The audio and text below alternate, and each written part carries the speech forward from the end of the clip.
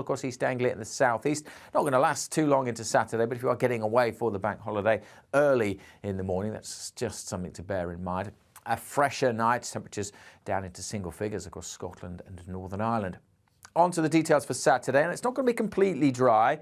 There is the chance still of 1 or 2 showers, mostly over parts of northern England, but even further south, 1 or 2 are possible. But as I say, for the vast majority, it will stay dry. Clouding over across the north coast of Northern Ireland and the Western Isles of Scotland with a little rain here later on. Most places, though, dry, bright, sunny spells. Probably a touch warmer than today, but temperatures high teens, low to mid-20s. Still, the odd shower here and there on Saturday evening. We will see a bit more rain just coming into the far northwest of Scotland. But again, most places staying dry on Saturday night thanks to high pressure, which holds on until Sunday. And again, many places dry and bright. As the high moves in, though, it will bring a cool breeze in the east coast and a brisk breeze on Monday on the south coast.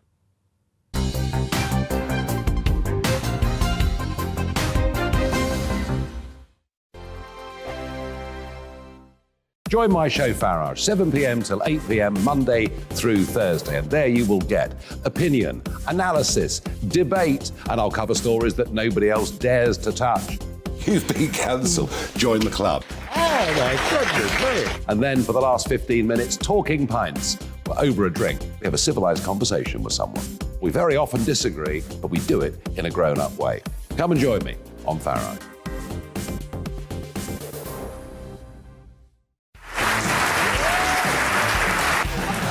My name is Andrew Doyle. Join me every Sunday evening at 7 p.m. for Free Speech Nation.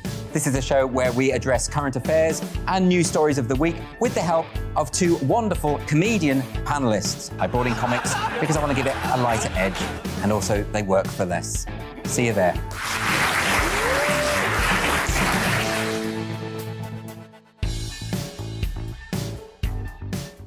Hi there, it's Stephen and Anne. At breakfast from 6 a.m, you'll always be caught up with everything you need to know, the latest headlines, opinions and debates. We'll bring you the good news and the bad, but most of all, we're here for you. Remember, send in your views and let us know what you would like us to talk about. That's because we're your news channel. And every morning at 6 a.m, it's breakfast on GB News. I'm Dan Wootton. Join me Monday to Thursday from 9 to 11 for the feistiest and most fun news debate on TV, where free speech reigns. I'll bring you a sharp take on the day's biggest stories, bombshell newsmaker interviews, and A-list guests. And I guarantee you, no spin, no bias, no censorship, and no reason to go to bed. That's Dan Wootton tonight, Monday to Thursdays from 9 on GB News.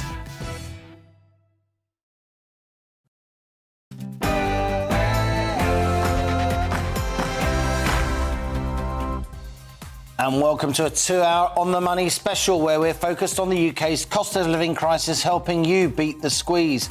We will be reacting between now and 3 p.m. to news of that sky-high off-gem energy price cap, which suggests average household energy bills will be rising from October from around £2,000 to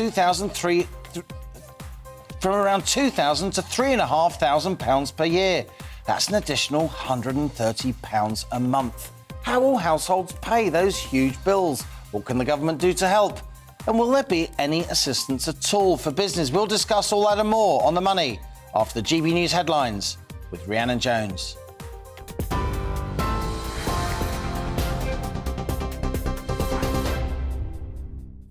Liam, thank you. Good afternoon. It's 1 minute past 1. Your top stories from the GB Newsroom. Households struggling with the cost of living are now facing an 80% hike in their energy bills. Ofgem has announced the price cap will increase from just under £2,000 to over £3,500 in October. The government has acknowledged the rise will cause stress for many, but the Prime Minister says help is coming. Pipeline of cash stretches out throughout the autumn. So there's going to be another £650 coming for every one of the 8 million most vulnerable households in October.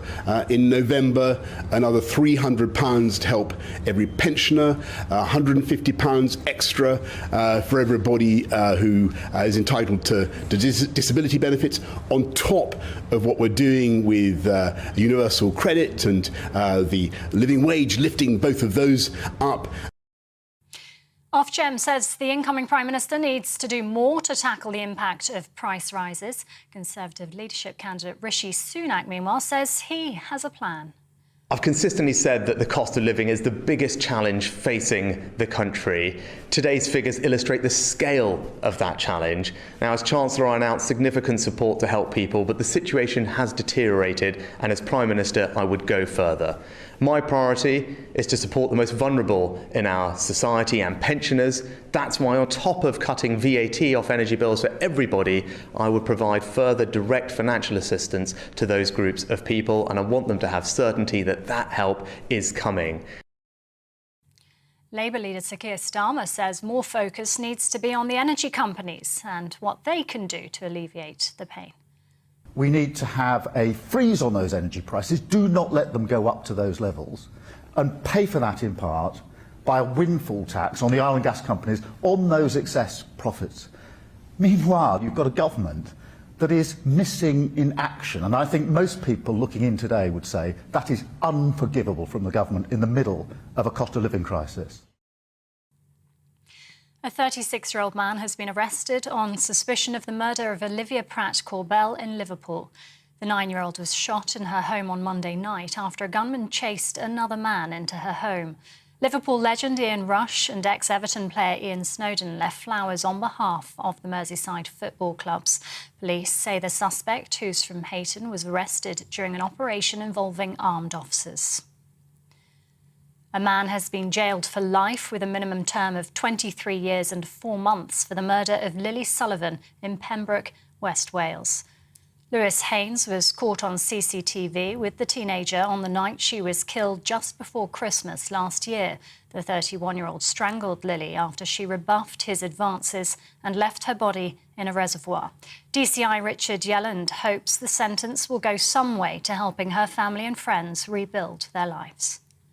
Lewis Haynes passed numerous opportunities to seek help when fleeing the scene of his crime. The life sentence handed down to Lewis Haynes today ensures that he will not be able to freely harm others in the community.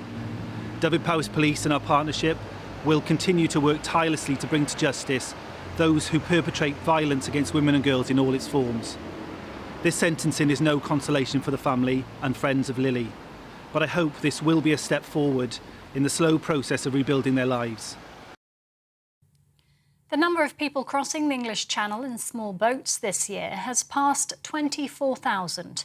Ministry of Defence figures show more than 800 migrants crossed in 16 small boats yesterday, the second busiest day of the year so far. That as the cost of the UK's asylum system topped £2 billion a year for the first time, following the highest number of claims in 2 decades. A GB News People's Poll has found the majority of Brits prefer a Labour government with Sir Keir Starmer at the helm than a Conservative one under Liz Truss or Rishi Sunak. The survey shows Labour holds a 14% lead over the Tories. The findings, conducted by People Polling, also reveals the word that comes to mind the most about Tory leadership frontrunner Liz Truss is untrustworthy. Professor of Politics at the University of Kent, Matthew Goodwin, says it could mean the Conservatives have less support at the next general election. And more than 100,000 Royal Mail workers have walked off the job in a dispute over pay. It's the first of 4 days of industrial action, with strikes also taking place on the 31st, as well as next month on the 8th and 9th. The Communication Workers Union says it's the biggest strike in the UK since 2009. It's demanding a pay rise that more closely reflects the current rate of inflation. Royal Mail has warned letters won't be delivered and some parcels will be delayed. This is GB News. We'll bring you more as it happens now, though it's back to Liam with On the Money.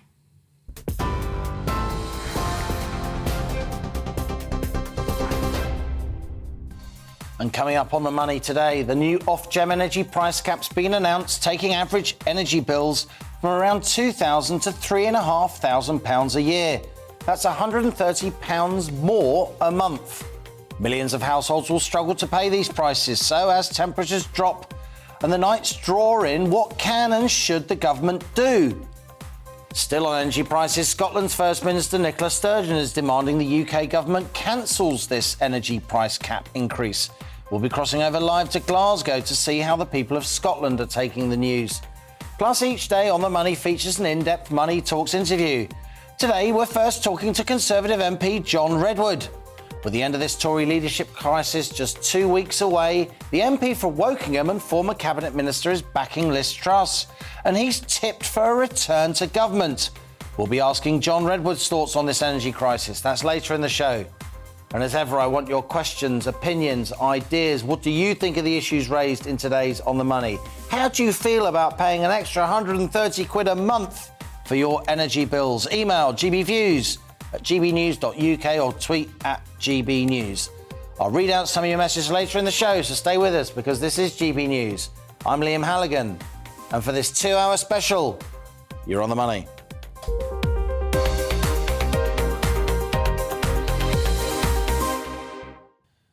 The government says it's working flat out to develop options to help cash-strapped households after the announcement of Ofgem's new energy price cap.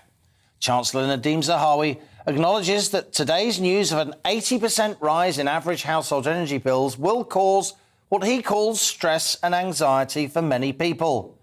It strikes me that ministers and officials should already have worked out a wide-ranging energy support package to help us get through what's clearly going to be a very tough autumn and winter.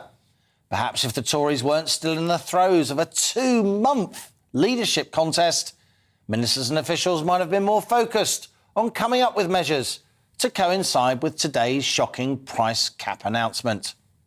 Back in October last year, Ofgem set the energy price cap, which regulates average household fuel bills, at £1,277. That cap rose significantly to £1,970 in April, taking average bills to around £165 per month. We now know from today that the price cap will soar to £3,549 with effect from October.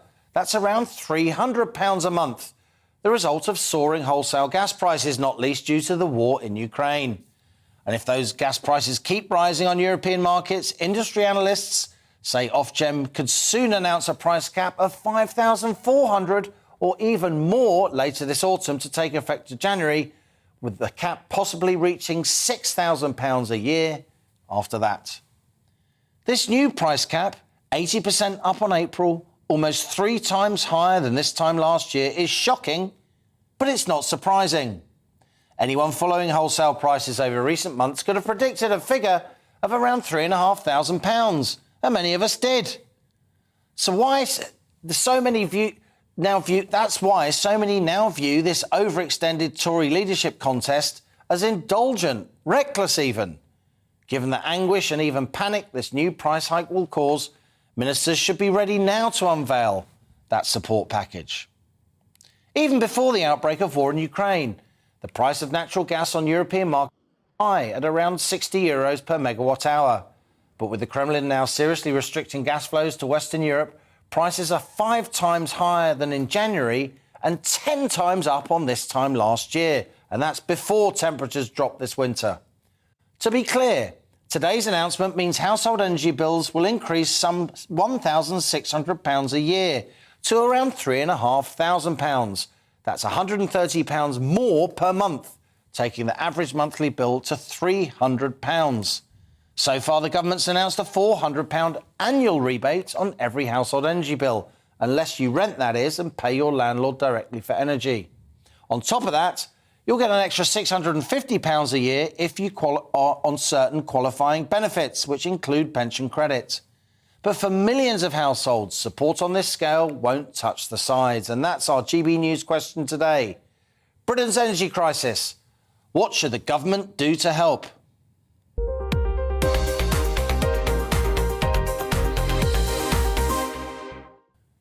Grown-up conversations with people who know their stuff. That's what we do on The Money, and never more important than today.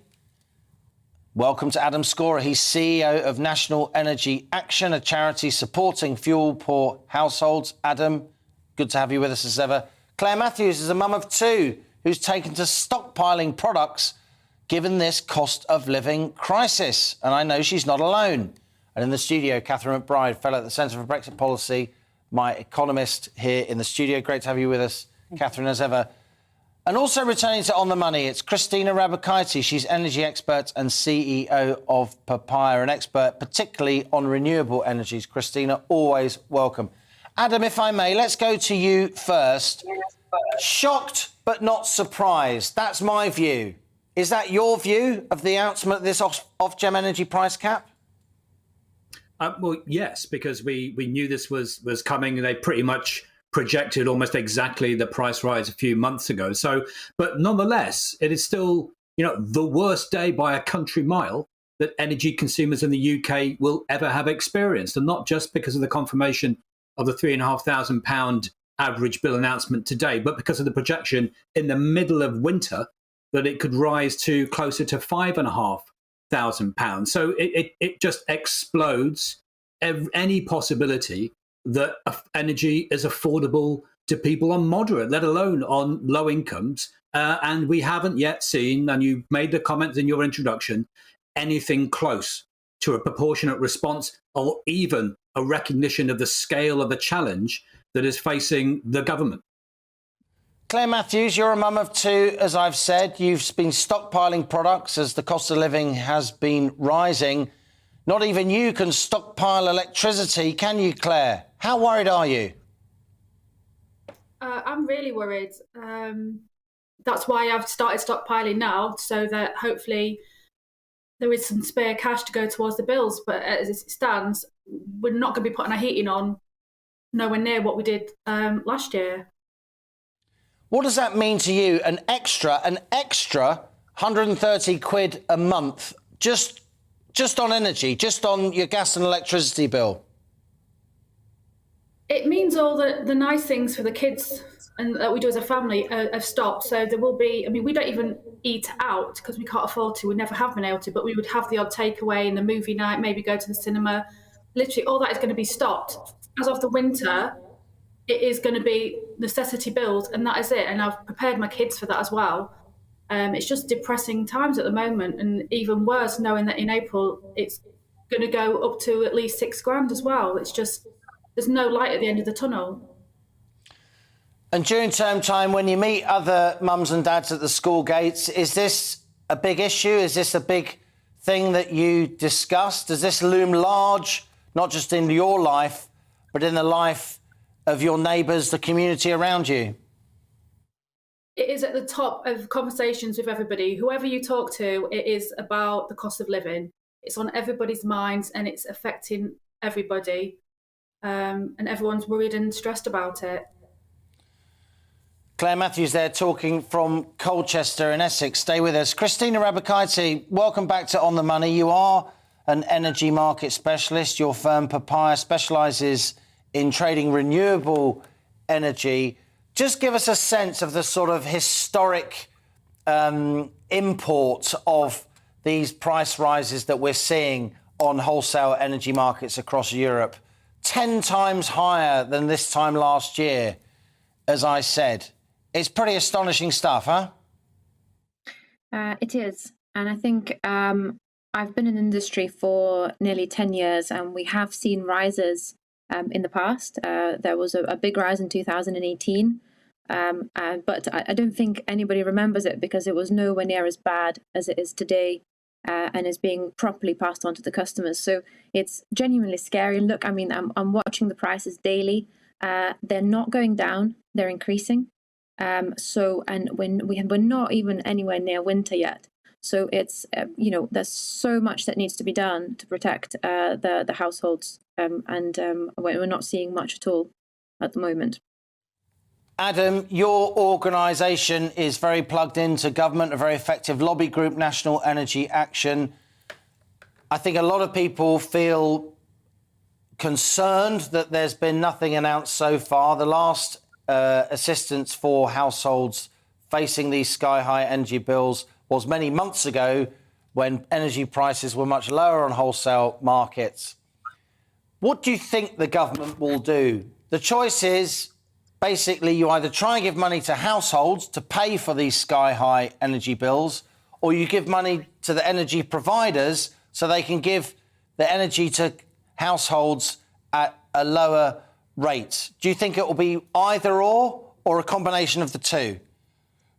Well, I wish I knew what was in the minds of government. We haven't got a new government. It's the same party. That really, it is absolutely shocking. It's a dereliction of duty to have sat on your hands and to watch this come kind of crashing towards us. I think, look, the urgent issue is to provide immediate support to people on the lowest income. That could be doubling the package that we had in May from then Chancellor Sunak to match the new reality. It could be even more than that. I think that's a no-brainer. They have to do it. Whether they go for price freezes and intervene directly between the costs in the system of the energy market and the retail, well, maybe they'll have no choice about that. But we should be thinking about delivery, about logistics, about who might fall through the gaps, about how we make sure the safety net is in place, not waiting for the barest outline of what the prospect could mean. Time costs money and time costs lives, because we need to get systems in place. If it's going to be delivered through the welfare system, if it's going to be delivered through suppliers, if we're going to go back to that cockamamie idea of delivering it through council tax rebates, we've got to get it in place. There is no value in delaying. You get nothing. You avoid nothing by delay. If you can get ahead of it at all, you will just save lives. It's not just making the situation a little better. You will save lives. Claire, what do you think of the fact that the government has been politicking, basically, deciding who's going to get what job in the next cabinet for the last couple of months, rather than coming up with a package that they could announce today in order to reassure you, your friends, your family, your community? I've always been a Tory supporter, and I've been very abandoned of the current situation, what's happened with Brexit, with COVID and Ukraine. It was obvious things are going to go downhill and there's going to be cuts. Totally get that. However, it's totally irresponsible of all those Tories to do this now. They should have kept Boris where he is at the moment and concentrate on what needs doing at the moment, rather than struggling for power and who needs to be in power. I really don't care at the moment. I just want somebody to sort this situation out and give us some good news. I must say, Claire, and please don't take this the wrong way, it's a compliment. You strike me as an extremely smart, bright, even-tempered mum of two, and you're stockpiling goods. Did you have... I mean, are you surprised it's come to this? I'm not surprised. I got caught out in COVID when the shelves were bare. I was running out of toilet paper, all the necessities, and I'm not going to get caught out again. And as bad as it sounds, you know, I've got to look after myself and my family. So it's not something I've ever done and never thought I would see myself doing. But we have to prepare for the future. We have to prepare for the winter. And I'm not prepared to run out of things again. So, yeah. This is On the Money with me, Liam Halligan. After the break, we're going to keep this discussion going with my panel. Your emails are flooding in thick and fast, as expected. I'll read out some of those shortly too. Stay with us for this 2-hour On the Money UK energy crisis special. We'll be back soon.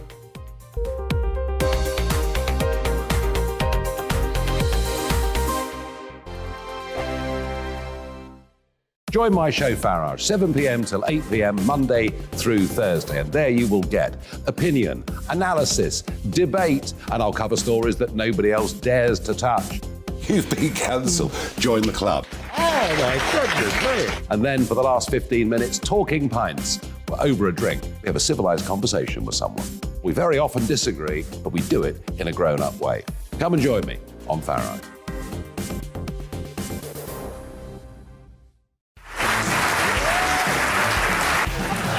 My name is Andrew Doyle. Join me every Sunday evening at 7 p.m. for Free Speech Nation. This is a show where we address current affairs and news stories of the week with the help of two wonderful comedian panellists. I brought in comics because I want to give it a lighter edge, and also they work for less. See you there.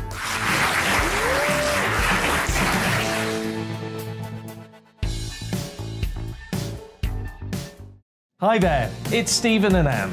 At breakfast from 6 a.m, you'll always be caught up with everything you need to know, the latest headlines, opinions and debates. We'll bring you the good news and the bad, but most of all, we're here for you. Remember, send in your views and let us know what you would like us to talk about.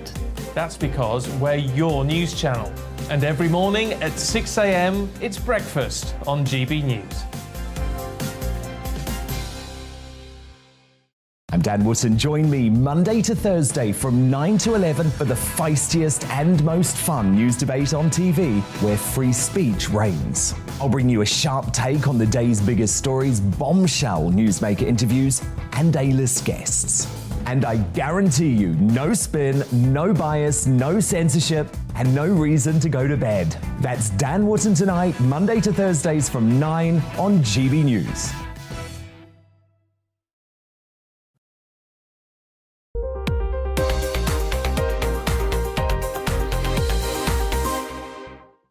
Welcome back. It's 1:22. You're on the money. This is a 2-hour special programme. The UK's energy crisis, the day that Ofgem, the energy regulator, unveiled a new price cap that's 80% up. On average, an extra £130 for utility bills for households per month from October. Let's continue our conversation. Then let's go back to Catherine McBride now in the studio. Catherine, you've been listening to the panel there. We're both shocked but not surprised. What do you think the government should do? Well, I think the very first thing they should do, which is the stroke of a pen, is cut completely VAT, not just off the household bills, but also off the business bills. Because it's 20% VAT on businesses, and that, of course, will build into prices. They will pass that on to customers, which is more inflation. Obviously, also, I would get rid of the climate change levies. They were originally to make people use less fuel. Now everyone's going to use less fuel. Yeah. So they're unnecessary. It's like the government milking a cow as it's dying. You know, it's like. So you want the 5% VAT on household energy cut. You want the 20% VAT on business energy cut, because, of course... Not just cut, removed. Yeah. Removed, like zero. Zero rate that, because we can. We're not in the EU, we can zero rate that VAT, and the CCL is past its sell-by date now anyhow. Beyond that, should the government be subsidising customers through benefits and rebates, or should it be subsidising the energy providers to provide the energy more cheaply, even though wholesale gas prices are soaring? No, I don't think that we should. The gas is going up because there is a shortage of gas. This is to do with the fact that the Russians have cut off Europe. European prices have skyrocketed in the last 2 weeks. I was here exactly 2 weeks ago, and at the time, the Dutch TTF price of gas was up 350% on the year. It is now up 600% on the year. And that's just what's happened in 2 weeks, with Putin basically saying, we're closing business for maintenance. Now everyone is scrambling to get more gas. We have gas coming in from Qatar, gas coming in from the US, and gas even arriving from Australia. The first on ships, on liquid natural gas. Liquid natural gas. And the UK is ideally positioned. We have the ports that can take liquid natural gas. Which the Germans don't have. The Germans have none. So basically, we are regasifying it and putting it into the interconnectors that go across to both Holland and Belgium, and eventually it'll get to the Germans, because Europe seems to have all the storage and we have the ports. However, the government has to fix that. The supply constraint is the problem. So, they have to reopen the Rough storage site, which they are planning to do. Off the Yorkshire coast. Yes. They have to also get fracking going. This is nonsense that we have huge gas reserves that we're not using, and open up the sites that Greenpeace is presently stopping, that were given permission by the government. We are not saving the planet if we are not using our gas, but we are buying 30% of our gas from Norway, who is getting it out of the same North Sea that we would be getting our gas out of. It is kind of insane that we think we're somehow doing something good when all we're doing is pushing up prices for the general public. It's nice to think about wind and solar, but wind is supplying less than 2% of our electricity today, And solar on this clear sunny day is providing 17%. We're relying on gas. Compelling logic on those renewables. Let's go to you, Christina Rabakaiti, because this is what you do. This is what Papaya does. You trade renewable energy. It strikes me the cheaper renewable energy prices aren't reflected in wholesale electricity prices, are they? Why is that? Do we need to redesign our electricity market somehow? Good question. So, as you know, at the moment, the most expensive commodity sets the prices, and that tends to be gas. And by sort of splitting those commodities into sort of separate markets to be traded, potentially could make a difference, because then obviously the prices for renewables would crash. And I had discussions about this with industry experts.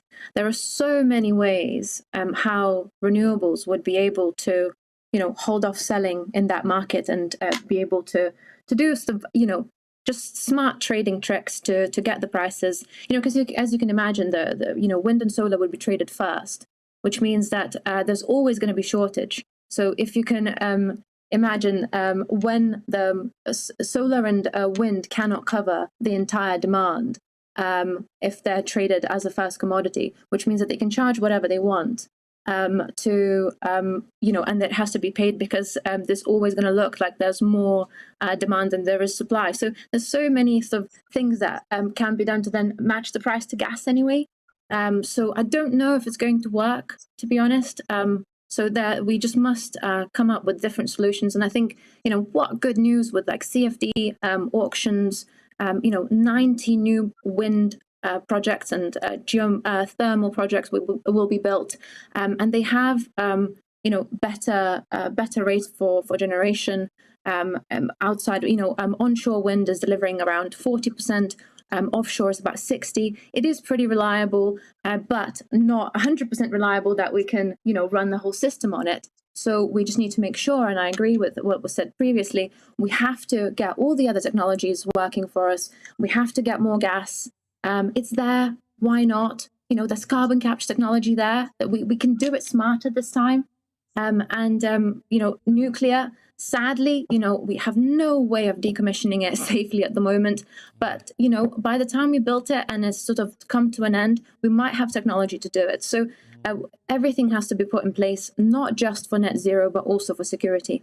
Adam, the debate, the heated debate about Britain's future energy mix will go on. But in the here and now, we have to get help to people who are choosing between heating and eating right up the income scale. Briefly, because I want to give the last word to Claire. Briefly, Adam, do you think it should be about giving the money to customers so they can pay high prices, or giving the money to companies so they can give customers lower prices? Well, a third priority, actually, which is to make sure that the focus of government finance, even if you have to do something for everybody, which I think will be inevitable for any government, any new prime minister, the exam question is how you prevent people falling into catastrophe and devastation. So deeper, targeted support for people whose jeopardy is extreme coming through to the winter. The people that my organisation needs to deal with, who are going to loan sharks and gambling and not sending their kids to school because their clothes aren't clean, and who have no idea how they're going to possibly get through the winter. Make them your priority, and the issues of energy resilience for the next few years has to happen, but it is not today's exam question. Claire Matthews, mum of two from Colchester in Essex. Let's give you the last word. What's your brief message to the incoming Prime Minister, whoever he or she is? Oh, dearie me. Just to get a grip of it, basically, we need something, we need some help. I think all companies need to reduce their profit margins. They've got a responsibility to the economy. Whilst I understand business and profit's important, I think they're the ones that need to be pushed to reduce the profit margins just for the next 6 months, 12 months to get us through this crisis. I think they need to take the knock on the head, really. And I think the government need to push that through. Claire, we will stay in touch with you here on The Money. We will, with your permission, invite you back onto the show. Let us know how you are getting on. Good to hear from you today. Also, Adam Scorer of National Energy Action and Christina Rabakaiti, CEO of Papaya. Thank you for that discussion. And Catherine McBride in the studio is staying with us. Now, the increase in the energy price cap will have consequences across the UK, of course, all 4 nations. Davy Donaldson, our Scotland reporter, is in Glasgow. Davy, Nicola Sturgeon, the First Minister, has called for this energy price cap increase basically to be scrapped. What's the word north of the border? Yeah, sorry about that. Yeah, I had problems there with my communication system. I couldn't quite hear the question. But yeah, I'm here in Glasgow's East End in Parkhead, where there's high unemployment and a lot of people struggling already financially with their energy bills and just generally the costs of living as they are. So I think people here are going to feel it more than most, because obviously these bills are going to go up. It looks like they're going to continue to go up. And where does it all end? And there's only so much help that people can get. And of course, people are proud as well. They don't want to keep asking for handouts from various bodies here and there. But I suppose in some ways they have no choice, because these bills are going to go up again at the end of December and then certainly next year. And it's not just people here going about their business in the East End of Glasgow, it's businesses as well. Lots of cafes, looking at bills of £4,000, which is just criminal, and they really cannot continue to operate. We already spoke to Jeff Moody down in the southwest there, talking about a pub that was no longer able to continue, and I think that's going to be a trend that we're going to see right across Scotland and the UK, because people simply cannot continue as bills increase. Something has to be done. I know there's the Scottish Government today calling on the UK Government to help out, but and also the Scottish Government coming out and putting £1.2 million into services to help people. But I think a lot of people looked at that today. Instead of putting the £1.2 million into services, why didn't they put that £1.2 million into helping people with their bills? So that's a question that remains to be answered, but I don't know what the answer is really. I think it's the same for everyone. Everyone's been left scratching their heads today and wondering why this can continue and for how long. David Donaldson, good to have you with us. David Donaldson there, our GB News Scotland reporter. And as we're just thinking about the 4 nations of the UK, it's worth saying that ministers have confirmed, even though the system is different in Northern Ireland, households in Northern Ireland will be receiving that £400 rebate on their energy bills. That's a brand new announcement here on GB News. This is On the Money with me, Liam Halligan. Coming up, today's Money Talks interview is with former Tory Cabinet Minister John Redwood. Amidst all this energy chaos and political instability, he'll be telling us how he thinks we can get out of this mess. John Redwood, who's tipped for a return to government if Liz Truss becomes Prime Minister. That's after the GB News headlines with Rhiannon Jones.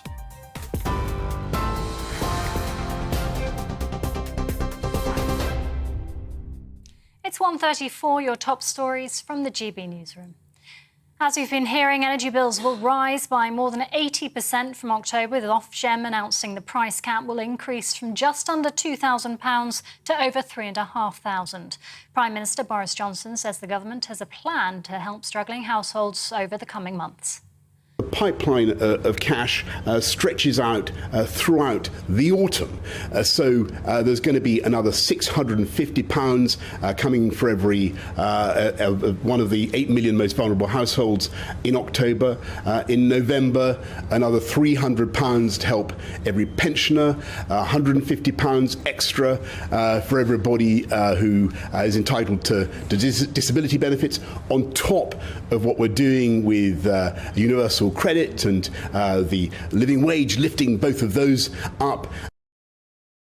A 36-year-old man has been arrested on suspicion of the murder of Olivia Pratt Corbell in Liverpool. The 9-year-old was shot in her home on Monday night. This morning, Liverpool legend Ian Rush and ex-Everton player Ian Snowdon left flowers near the scene on behalf of the Merseyside football clubs. Police say the suspect, who's from Huyton, was arrested during an operation involving armed officers. And more than 100,000 Royal Mail workers have walked off the job in a dispute over pay. It's the first of 4 days of industrial action, with strikes also taking place on the 31st as well as next month on the 8th and 9th. The Communication Workers Union is demanding a pay rise that better reflects the current rate of inflation. TV online and DAB Plus radio, this is GB News.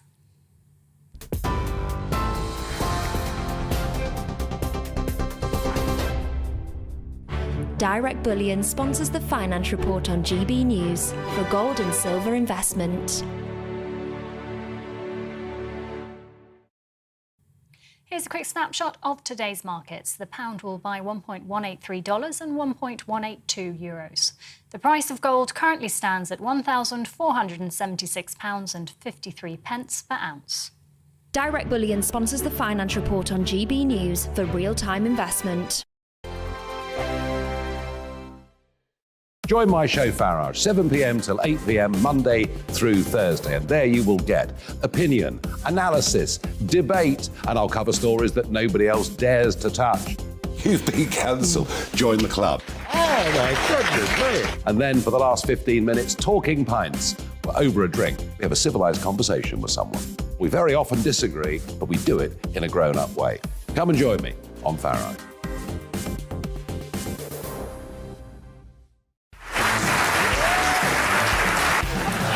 My name is Andrew Doyle. Join me every Sunday evening at 7 p.m. for Free Speech Nation. This is a show where we address current affairs and news stories of the week with the help of two wonderful comedian panellists. I brought in comics because I want to give it a lighter edge, and also they work for less. See you there.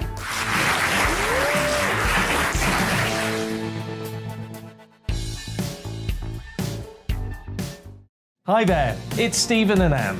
At breakfast from 6 a.m, you'll always be caught up with everything you need to know, the latest headlines, opinions and debates. We'll bring you the good news and the bad, but most of all, we're here for you. Remember, send in your views and let us know what you would like us to talk about. That's because we're your news channel. And every morning at 6 a.m, it's breakfast on GB News.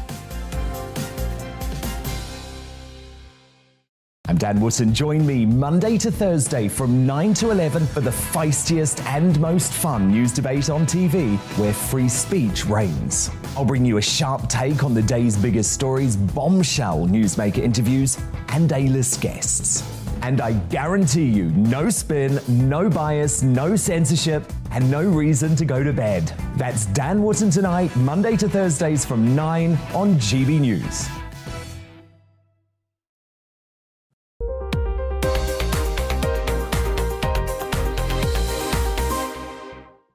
Welcome back. You're on the money with me, Liam Halligan. It's 1:39. We're talking about that rise in the off-gem energy price cap. The average household utility bill from October will be going up from £1,971 to £3,549, a huge 80% increase, reflecting rising wholesale energy prices on European markets, not least in the aftermath of the war in Ukraine. The government's announced some assistance a few months ago, including £400 for all households off their energy bills, and then another £650 for the 8 million most vulnerable households on certain qualifying benefits, including pension credit and universal credit. We'll continue to discuss this until 3 o'clock.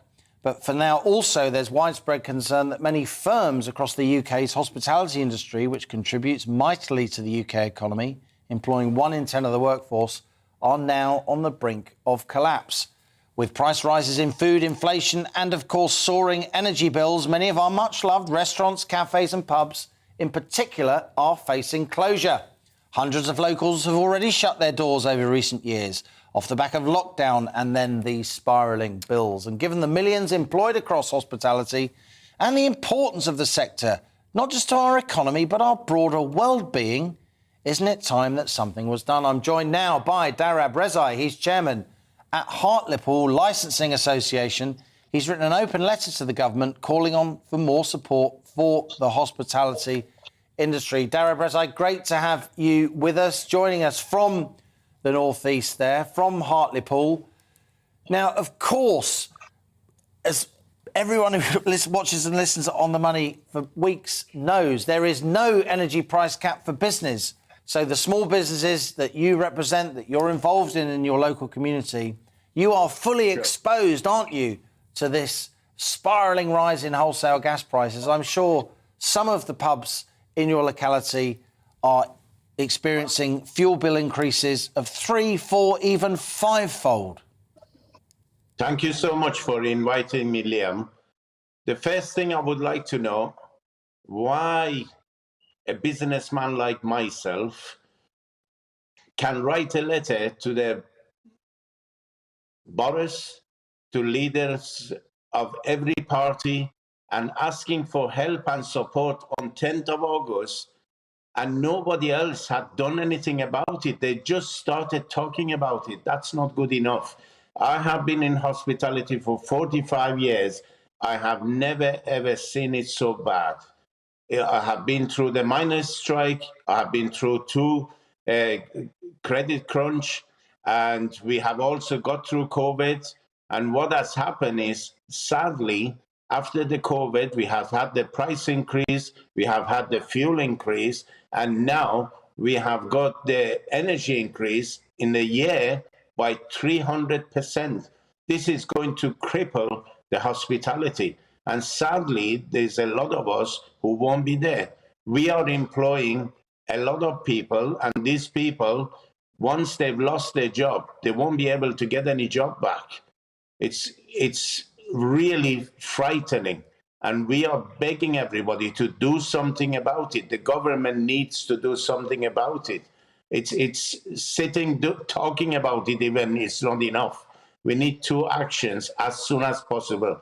A short term and a long term. The short term plan, it should be supporting the industry. The long term, they have to deal with the energy companies, because Margaret Thatcher privatized the energy. I'm sure 100% this is not what she had in mind. She thought opening the market would benefit everybody. Sadly, so far, it hasn't benefited anybody, but just the shareholder of the energy companies. We need support. We need help.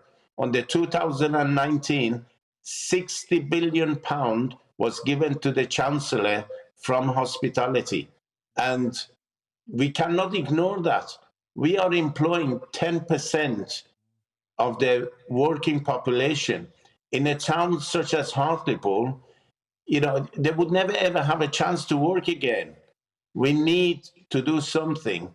And I noticed 4 o'clock this morning, Richard Tice, who's the leader of Reform Party, who's very close to Hartlepool, he started bringing some policy, talking about it. But I haven't heard anything from the leader of Labour Party, and I've heard a good gesture from the 2 candidates. And I haven't heard anything at all from our Chancellor. It's interesting you mention Richard Tice, Dara Brezai. He's actually going to be live on the money in the next hour as part of our 2-hour special, bringing forward his ideas for energy reform, not least for the business sector. I said at the top of this show that I'm pretty gobsmacked that ministers and officials have allowed us to get to the point where the Ofgem energy price cap is being announced without any inkling of additional support, given the anguish and anxiety this causes households. But there's no price cap for firms, is there? Catherine McBride here in the studio, a very experienced economist, she suggested that 20% VAT that businesses pay on energy, that should be scrapped completely. Renewable subsidies that some businesses pay on their energy should be scrapped completely. I'd go further. What's your thought on this? I think we should also be giving businesses at least a holiday in terms of paying those business rates, rentals on, taxes on the value of the properties and the equipment that they own. And I don't hear anything about that from ministers. What we need financial support as soon as possible, because what we are doing at the moment, we are dealing with price increases on all ingredients, then we are dealing with the fuel increase, and now we are dealing with the price increase on the fuel, which absolutely all the energies, we have to use gas and electric. With cafe restaurants, they have to have their equipment on all the time. there's no way we can save anything at all. We are already doing everything we can. And a restaurant, he would pay average a restaurant between £300 to £400 for their gas and electric. If it goes up by 300%, you're talking about £1,200 a week. That is going to be bigger than the rent, it's going to be bigger than the rate, and it's going to be bigger than all the other overheads they have. So I believe there is a lot of middle-aged and elderly people who are in hospitality. They would leave and there'd be nobody else who would open those venues. And we are going to end up with a lot of pubs, cafes, bars be closed. At the moment, the hospitality running on 50% because a lot of people during the COVID found other alternative jobs, working delivery drivers for various companies, and they haven't come back on hospitality. And we are in a desperate situation, and we need help and we need support. I think our Chancellor, as well as the two candidates, they should come on the media and tell us what they are going to do, because I have actually heard and seen grown-up people crying because they are losing their business that they worked hard for 20, 30 years. Darragh Brezai, you know Hartlepool well. You've been operating as a business leader in the North East on Teesside, as you say, for decades. Hartlepool is the red wall, isn't it? The Tories famously held a seat, took the seat off Labour and then held the seat in a by-election. If the Tories can't retain Hartlepool, they're going to lose power. What is this doing to the reputation of Hartlepool, of the Tories in the North East, Darragh Brezai? We have had, they did support us during the COVID, which was positive. And if the Conservative Party, if they manage, the Conservative Party and the government jointly, because we have got two candidates who are not, at the moment, none of them is the Prime Minister. If they manage to support the working class people as they promised, and if they manage to do what they had said to do, they would keep their MPs on power. However, if they don't, I think it'd be a long time before they would get back again. I mean, Richard Tice... We must leave it there. Darragh Brezai, Chair of the Hartlepool Licensing Association. I've been delighted to talk to you. Fabulous to have you on the show, and I look forward to welcoming you back on The Money very, very soon. Darragh Brezai there. Time now for my daily interview series, Money Talks. And today we meet former Conservative Cabinet Minister Sir John Redwood MP. After an early career in academia and finance, he was Margaret Thatcher's head of her policy unit in the early 80s. He was an architect of the Tories' privatisation programme. He entered the Commons for MP for Wokingham in Berkshire in 1987 and challenged, famously, Prime Minister John Major for the Tory leadership in 1995. He's since remained a leading voice on free market economics, Brexit, taxation in Parliament and beyond. And in recent weeks, he's backed Liz Truss to become Prime Minister, and now he is widely tipped to make a dramatic return to government. So here he is, Sir John Redwood, my latest guest on Money Talks.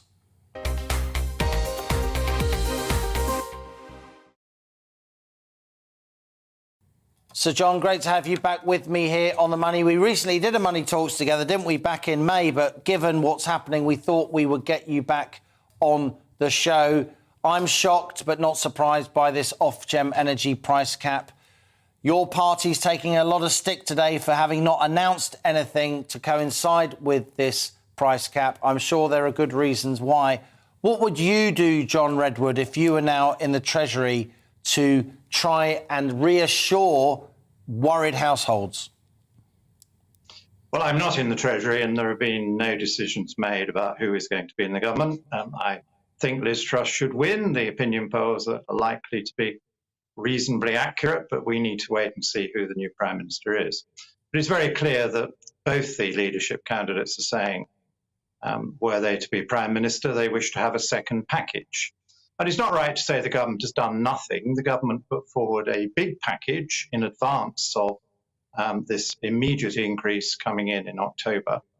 And so people are getting £400 each household off their bills. People on low incomes are getting support of up to £1,200. There are going to be all sorts of adjustments on council tax on the more moderately priced properties, and further action will undoubtedly be taken. And I'm sure it will be a prime task of either new incoming Prime Minister and government team to go through the numbers again in the light of the fact that the amount of money has gone up compared with the original estimates, and in the light of the fact that it could go up more in 3 months' time after this latest review. And they will look at the numbers and decide what is the best combination of tax reductions and targeted help to get people through the winter with dear energy bills. So, John, you're a very financially astute person. As anyone who's followed your work over the years, they can watch you and I discussing financial issues on the GB News YouTube channel. That's already had thousands of views. In general, I know you don't like oversimplifying things. In general, should the government be giving money to households so they can meet these higher fuel bills, or should it be giving money to the energy companies, the energy providers, the customer-facing energy providers, so it can allow customers to pay less? Or should it be a mixture of the two? Well, I think it should be a mixture of tax reductions. And I obviously agree with the Liz Truss analysis that, first of all, we need tax reductions so that people can keep more of their own money, hence the national insurance reduction she's proposing. And we need to take some of the taxes off energy, which helps all energy buyers. She's itemised the green taxes. Rishi Sunak has now come round to the idea of at least temporarily getting rid of that on fuel as well. So you can have a series of tax measures that both give people more spending power, they keep more of their own money, and directly reduce the price of fuel, which has a favourable impact on inflation. And then you've got to take care of those people who don't benefit enough from those tax cuts and are on very low incomes, who are really going to struggle with the bills. And that's where universal credit and other direct payments to people is appropriate, targeted payments of the kind that we've already seen, which will need to be beefed up over the winter. So you wouldn't support a scheme that the energy industry is trying to get off the ground, where the government gives them money and then customers pay higher bills in future years in order to kind of smooth out the hit on households? Well, I'm sure any incoming government will look at that and will take an intelligent interest in it. The difficulty with that kind of scheme is how you make sure that you don't overspend, how you make sure it's not too tough so you bankrupt companies, and you make sure that you don't allow them to make profits at the expense of the scheme. So there are more variables than simply making it cheaper to buy fuel by cancelling some of the taxes on fuel and or letting people keep more of their own money so that they've got some extra money to spend, including on the fuel bill. And I do think we now are into the territory of having to fight recession as well as inflation. I think you and I talked about this in Prospect. I think now we've clearly reached that crossover point where the establishment forecasts as well are saying that the evil of recession is arising for Q4 of this year, not the current quarter or Q3, and well into next year. And so it's good to take action like allowing people to keep more of their own money, which can make it easier for them to pay for the fuel and therefore leave over a bit more money for things other than fuel to avoid a major collapse in demand for non-fuel items. Just briefly, John, before we go to the break, there is no assistance in particular for business. The energy price cap doesn't apply to business. A lot of business leaders I know and others are saying that VAT should be scrapped for business fuel. Their energy bills, they pay 20% VAT. We're out of the EU. You supported that. Should we now scrap VAT on energy bills for business to give, hospitality businesses, shops, laundrettes a chance of surviving? Well, I think cancelling VAT on fuel, at least temporarily while fuel cost is elevated, is a serious runner, and any new government team will want to look at that. And I certainly agree with you that there are a lot of businesses under a lot of pressure, and I think that must be part of a comprehensive package to explain to industry what help might become available on what can be done about the excessive fuel bills that will directly now lead to some closures, as we've heard recently with a fertiliser plant. So, John Redwood, it's been great to talk to you today. Thanks for taking time out of your schedule. We look forward to having you back on the money very, very soon. John Redwood there, former Tory Cabinet Minister, MP for Wokingham, and potentially a future government minister. Just before the end of this hour, Catherine McBride in the studio have been listening to all that. John Redwood says scrapping VAT on energy bills for businesses could be, quotes, a serious runner. He's clearly very close to Liz Truss at the moment, who probably going to be the next Prime Minister. Quite interesting. Yes, well, that's what we were talking about earlier, and that's what I think they should definitely do. And I think that Claire made a very good point in the first section. The mum of two who's stockpiling, very worried about her electricity bill. Well, not so much the stockpiling, but the fact that she said she will not be going out to eat, and the discretionary part of their income has disappeared. And that is very serious for the whole economy, because that will drive us into a recession if everyone is spending all of their spare cash paying their electricity and their gas bill.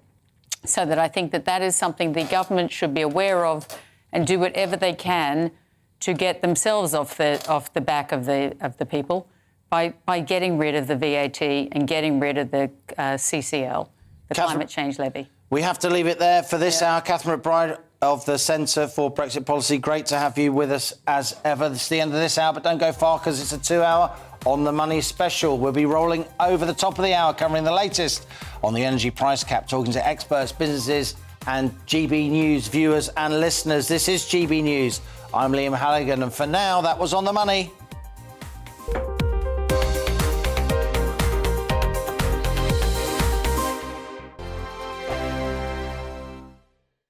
Join my show Farage, 7 p.m. till 8 p.m. Monday through Thursday. And there you will get opinion, analysis, debate, and I'll cover stories that nobody else dares to touch.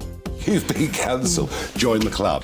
Oh, my goodness me. And then for the last 15 minutes, talking pints. Over a drink, we have a civilised conversation with someone. We very often disagree, but we do it in a grown-up way. Come and join me on Farage.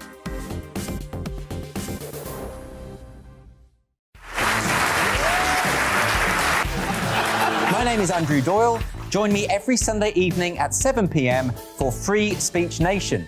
This is a show where we address current affairs and news stories of the week with the help of two wonderful comedian panellists. I brought in comics because I want to give it a lighter edge, and also they work for less.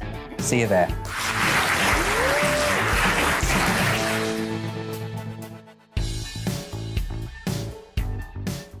Hi there, it's Stephen and Anne. At breakfast from 6 a.m, you'll always be caught up with everything you need to know, the latest headlines, opinions and debates. We'll bring you the good news and the bad, but most of all, we're here for you. Remember, send in your views and let us know what you would like us to talk about. That's because we're your news channel. And every morning at 6 a.m, it's breakfast on GB News. I'm Dan Wootton. Join me Monday to Thursday from 9 to 11 for the feistiest and most fun news debate on TV, where free speech reigns. I'll bring you a sharp take on the day's biggest stories, bombshell newsmaker interviews, and A-list guests. And I guarantee you, no spin, no bias, no censorship, and no reason to go to bed. That's Dan Wootton tonight, Monday to Thursdays from 9 on GB News.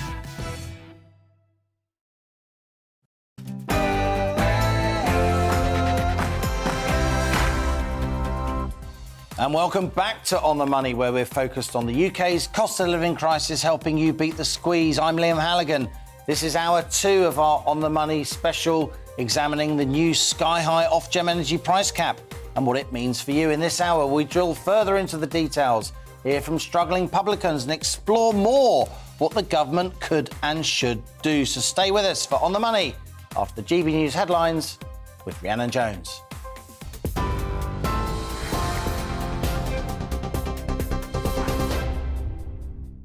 Thank you, Liam. Good afternoon. It's 1 minute past 2. Your top stories from the GB newsroom.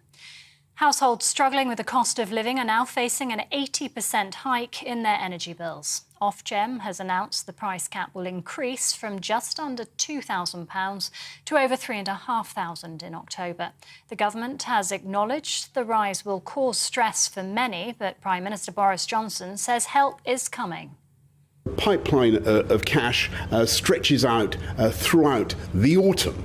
So there's going to be another £650 coming for every one of the 8 million most vulnerable households in October.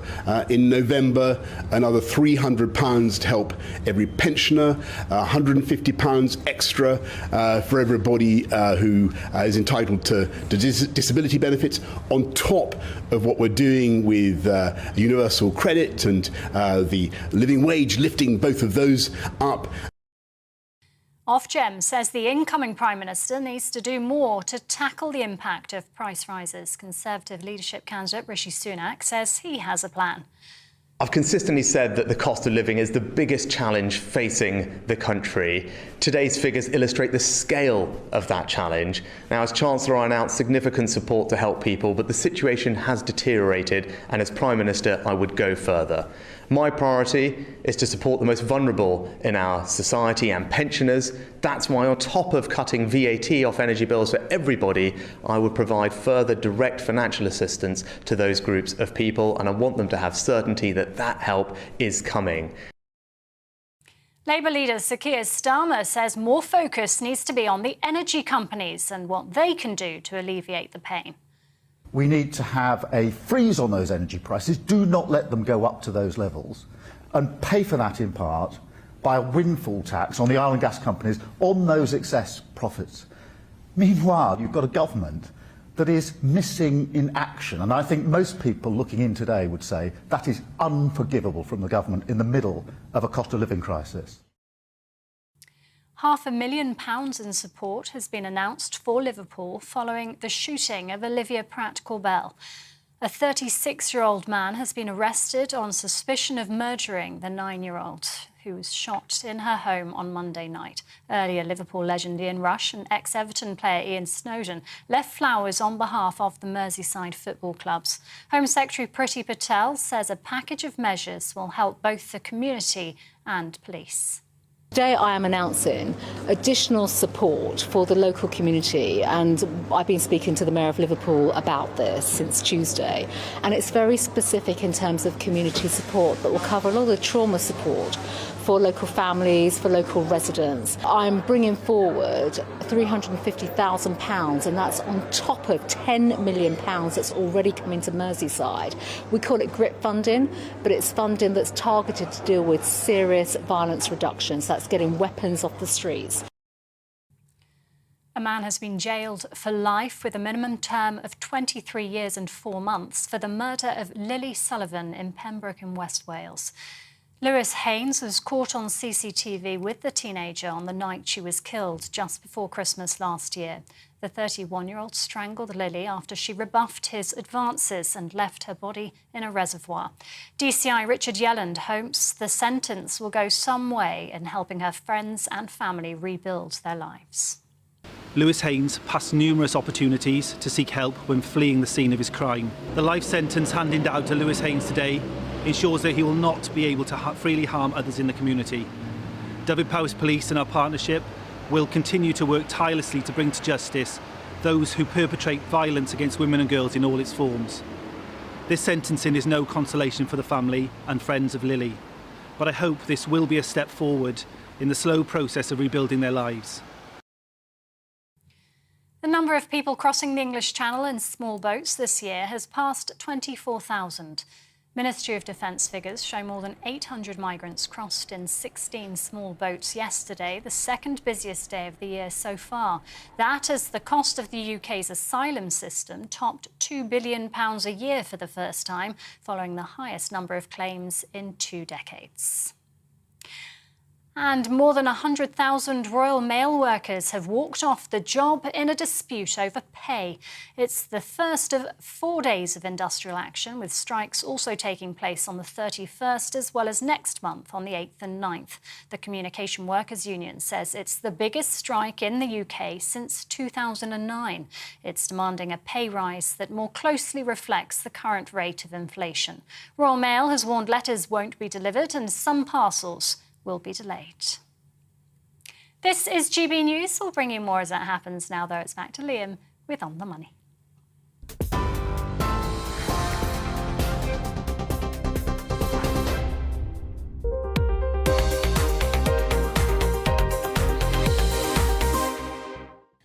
Now, the government says it's working flat out to develop options to help cash-strapped households after the announcement of Ofgem's new energy price cap.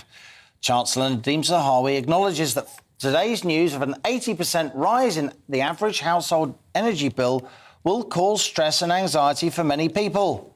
It strikes me ministers and officials should already have worked out a wide-ranging energy support package to help us get through what's clearly going to be a very tough autumn and winter. Perhaps if the Tories weren't still in the throes of a 2-month leadership contest, ministers might have been more focused on coming up with measures to coincide with today's shocking price cap announcement.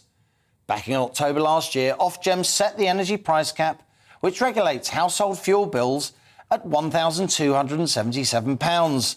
That rose significantly to £1,970 in April, taking average bills to around £165 a month.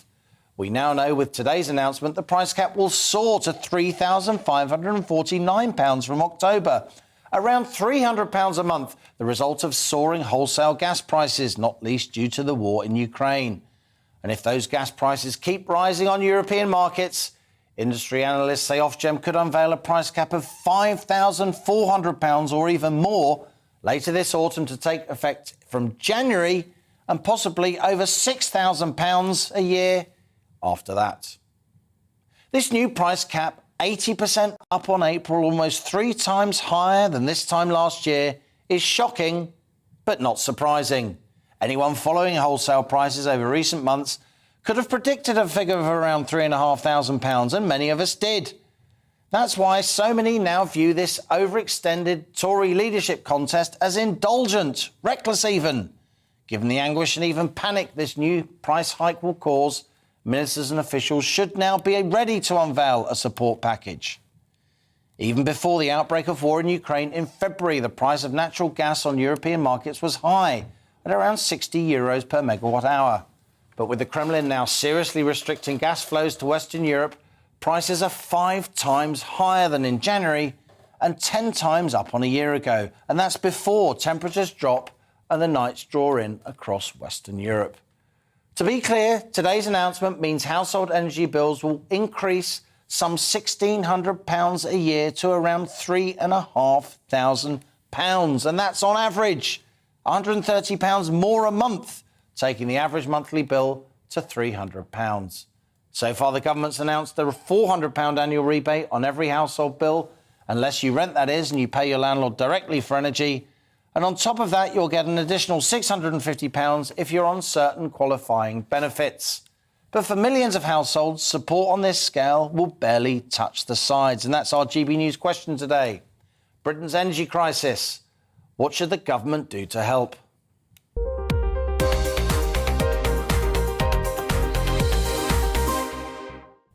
Grown-up conversations with people who know their stuff. That's what we do here on The Money. I'm joined now by Tom Slater, editor of the news and current affairs online magazine Spiked.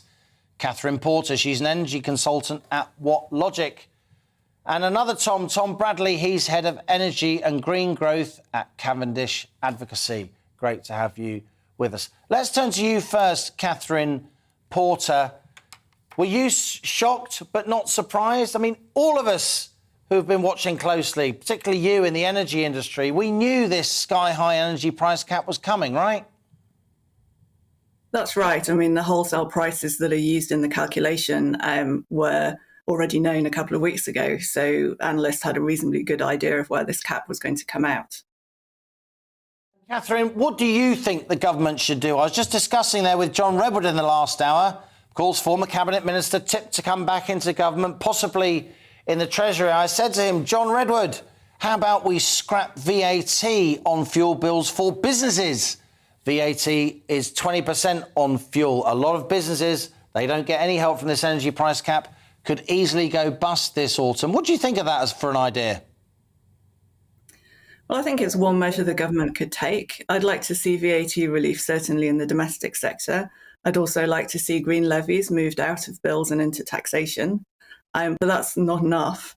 So somewhat counterintuitively, I actually think the price cap should be abolished altogether and that we should replace it with a social tariff for energy, and that we do that in a tiered way so that people that don't pay income tax or receive benefits get the most support. And then you have an intermediate level of support for people who pay marginal tax rates. And then people on high rate tax only benefiting from the VAT relief and the removal of the green levies.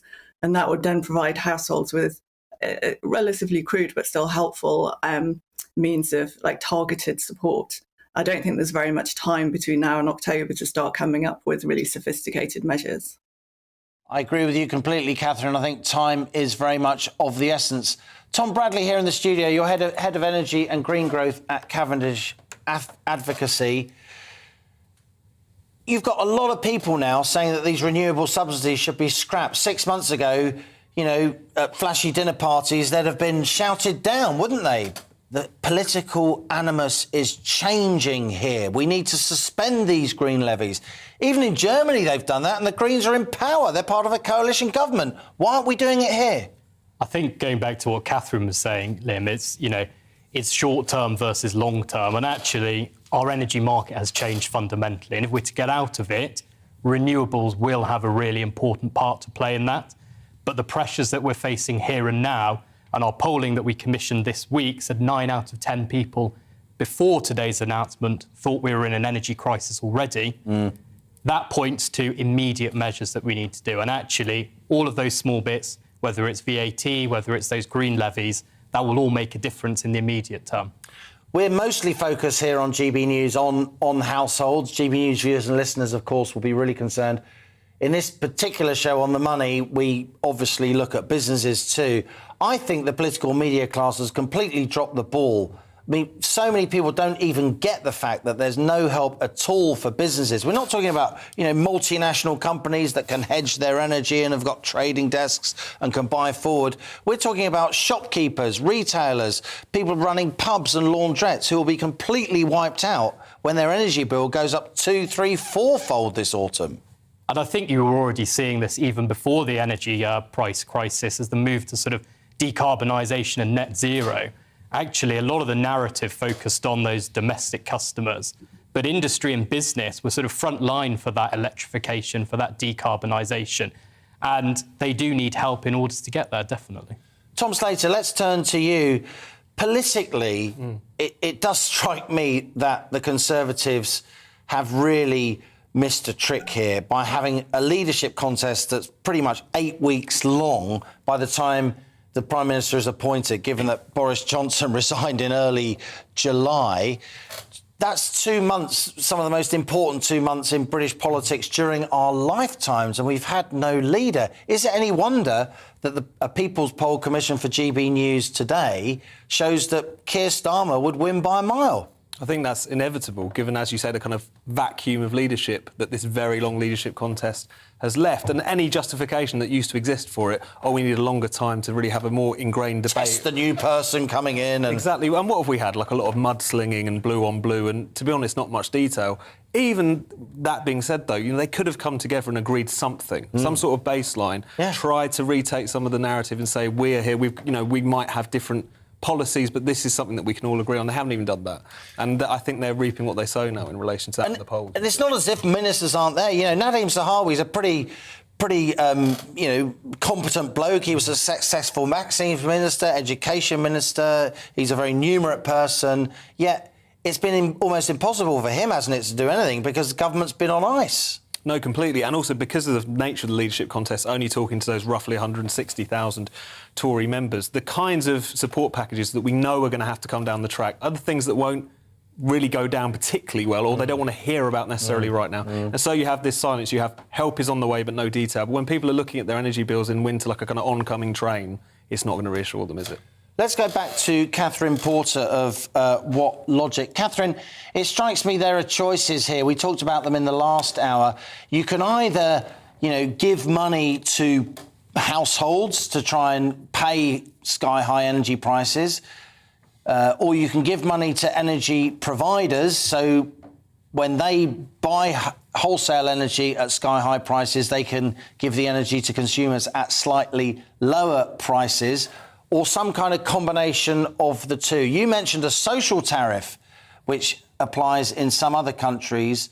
If we do have a social tariff, though, where poorer households get their energy more cheaply, it's difficult to sort of identify those households, isn't it? There's lots of households sort of in the middle or just below the middle who could fall either side of the line. It could upset more people than it helps if they're just outside the scope for assistance. Well, that's why I was suggesting that we link it with the income tax brackets, because we know pretty well what they are, and that you have different levels of support. So it's not just a sort of cliff edge where either you get support or you don't get anything. By giving VAT relief and removing green levies, that would apply to everyone. And then you'd have effectively two social tariffs, depending on what level of income tax you pay. And that's a relatively straightforward way of banding people up as effectively and targeting the support. It is very, very difficult, but I agree with you. Something has to happen quite quickly. It can't be too sophisticated, can it? It has to be quick and dirty, if you like, as we go into autumn and winter to give this support to households. So, in sum, what would be, if you were advising the Prime Minister, Catherine, what would be the nub of your policy proposal? Well, it would be that you need to look right the way across the economy. So households need to be supported. And you probably want to do something that's as targeted as it can be, given the lack of time, which is why I think linking to something like income tax that already exists and gives you that sort of banding. I think then we need to look across industry. You were talking about small and medium-sized businesses earlier. Of course, they're going to suffer, and seeing a lot of those going under is going to be very damaging for the economy. So they will need support. But also at the other end of the spectrum, the heavy industrial users are going to need help as well. We've seen that before already. CF Industries is saying that it's going to reduce production, and obviously that then has that knock-on impact with the carbon dioxide supply chains. So we can't really allow these segments of industry to fall over because they're not standalone. I think as well as providing financial support, the government can look at other things. And one measure I think would be helpful would be to lift emissions regulations, which would allow businesses to bring in other forms of generation, things like diesel generators. They're already looking at biofuel generators, but there are questions around fuel supply for that. So the more that people can have alternative generation sources, the less pressure there will be on the system as a whole. Tom Bradley of Cavendish Advocacy, it strikes me what we're about to enter this autumn and winter is completely upended environmental politics. I can't see Greta Thunberg being on Newsnight anytime soon, if I'm honest. Do you think that's right? Do you think that's inevitable? Were we sort of locked in some sort of teenage fantasy that we could be more green than the rest of the country? I think when you look at the general public as a whole, everyone is broadly in favour of that net zero goal, decarbonisation. But it's actually when you look at what that means day to day, what it means for people's living standards, what it means for businesses, that's when people start asking the questions. And we've reached that point now where it's really coming home to roost. One of the things that I think is really interesting that Liz Truss has talked about is actually looking at, OK, how do we look at net zero as a strategy as a whole? And when if she comes in, actually taking that back and looking that across government departments and looking at what the impact and effect on households and businesses will be. Tom Bradley of Cavendish Advocacy, thanks for joining us. Catherine Porter as well of What Logic, thanks for your contribution to this discussion. And Tom Slater is going to be staying with me for the rest of the show. This is On the Money with me, Liam Halligan. After the break, we'll be taking a dive into education following thousands of pupils receiving their GCSE results yesterday. Is our system broken? Again, we hold a detailed discussion. Stay with us. You're on the money.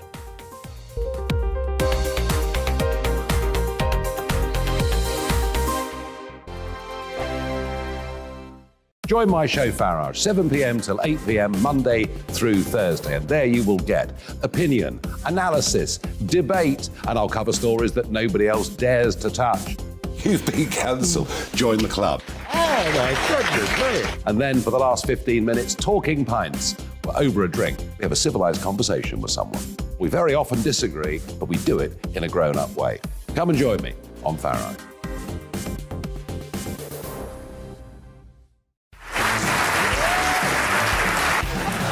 My name is Andrew Doyle. Join me every Sunday evening at 7 p.m. for Free Speech Nation. This is a show where we address current affairs and news stories of the week with the help of two wonderful comedian panellists. I brought in comics because I want to give it a lighter edge, and also they work for less. See you there.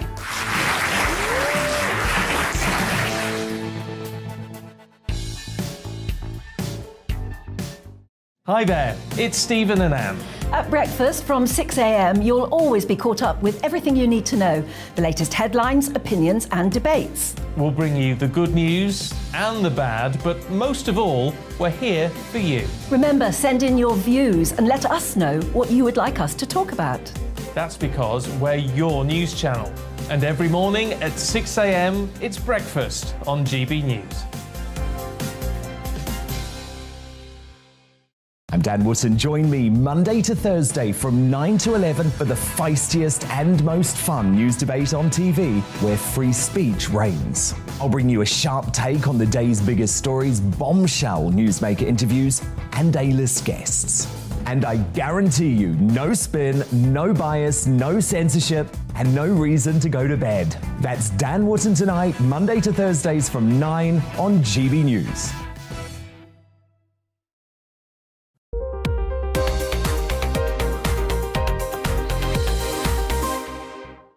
And welcome back. You're on the money.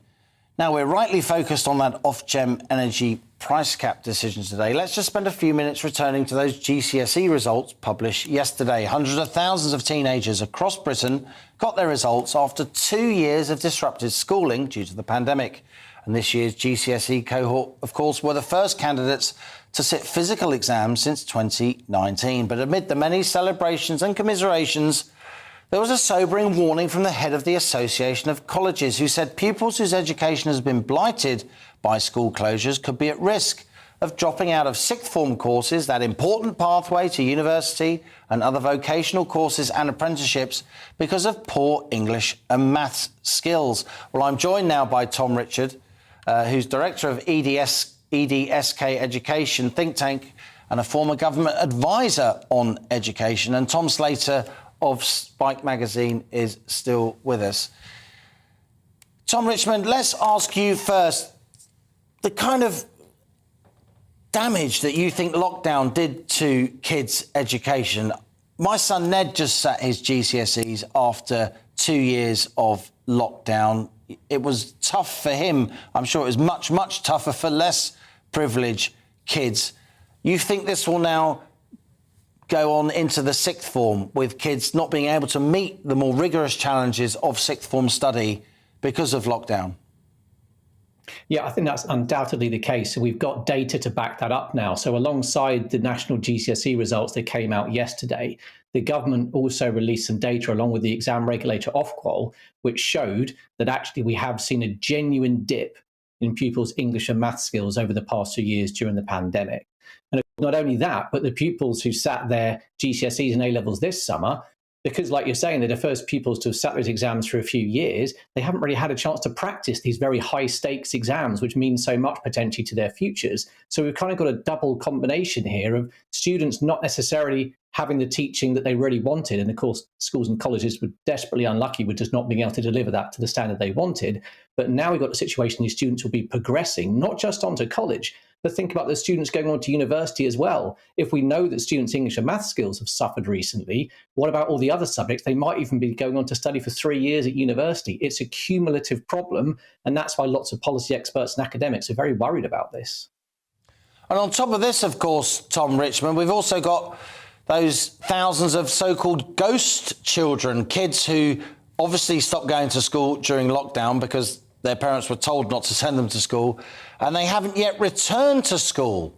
Tens of thousands of kids. Surely local authorities should be going around knocking on doors and saying to parents, can you send your kid back to school, please? Yeah, and this is where the government has actually been trying to give themselves some more legal powers recently, because they know that home education was a thing before the pandemic. Of course, we know there were some pupils who preferred that route. But like you say, it's the scale of the issue now. There has been an absolute explosion in numbers in relative terms from 2019 to where we are now. And the worrying thing is that we just don't know how well a lot of kids are doing. And I don't just mean in an academic sense. I mean, in terms of their pastoral support, are they being looked after at home? Are they getting fed well? All those services that schools are now really having to deal with, when before the pandemic, there was a lot wider support network available to these young kids. So we often talk about it as a safeguarding problem. It is potentially very serious. And so I think the government's absolutely right to say that we need to know what's happening with these home education, because we can't just say to parents, you can choose whatever you want and simply nobody will ask any questions. If we want to make sure these kids get academic support with English and maths, as well as being looked after properly, we've got to be attacking it on both fronts, I think.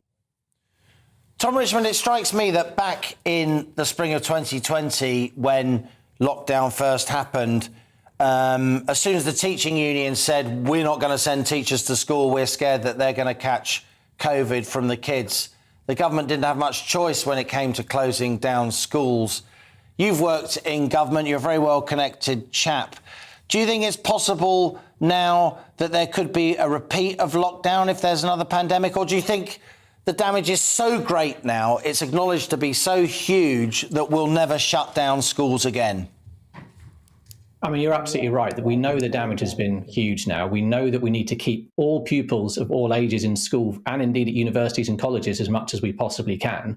When we talk about learning loss in the academic literature, you're talking about, quite rightly, GCSE and A-level results. But think about those primary school pupils. Here we are talking about English and math skills in terms of maybe GCSE performance. But what about those primary school pupils who haven't yet learned how to read, write and count? And that's where, if the damage is done early in a pupil's education, we know there's a huge knock-on effect right through primary school into secondary. And that's why I don't think there's any appetite at all now for schools to close again and colleges to close again. Universities are perhaps slightly better set up for online learning, but again, there's not a big appetite from university students to go back to online learning either. So there's a genuine will to now make sure this doesn't happen again. If there are any reasons to close schools and colleges and universities again, we're probably better set up now for things like online learning than we were back in 2019. But there's no doubt the best thing is to have an expert teacher standing at the front of your classroom in front of the kids. We desperately need to hold on to that, I think.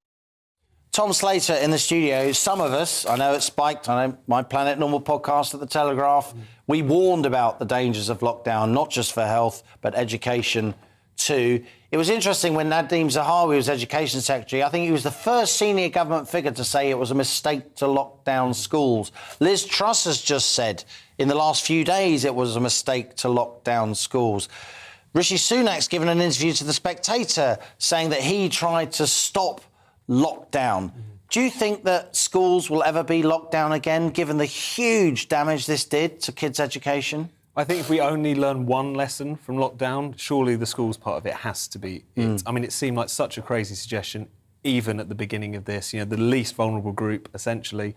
Also, there are all kind of things that have to carry on, even in a time of lockdown. You have to keep the supermarkets open. Why do we not also have to keep the schools open? That should have been the presumption, because it was obvious to almost anyone of the damage this would do, and also of the inequality it would accentuate and widen. And whether it's talking about the results, whether it's talking about the ghost children phenomenon, that's what we're seeing exacerbated in so many different respects as a consequence of obvious dangers with closing schools in the first place. And now we've got teachers' unions saying they're going to strike.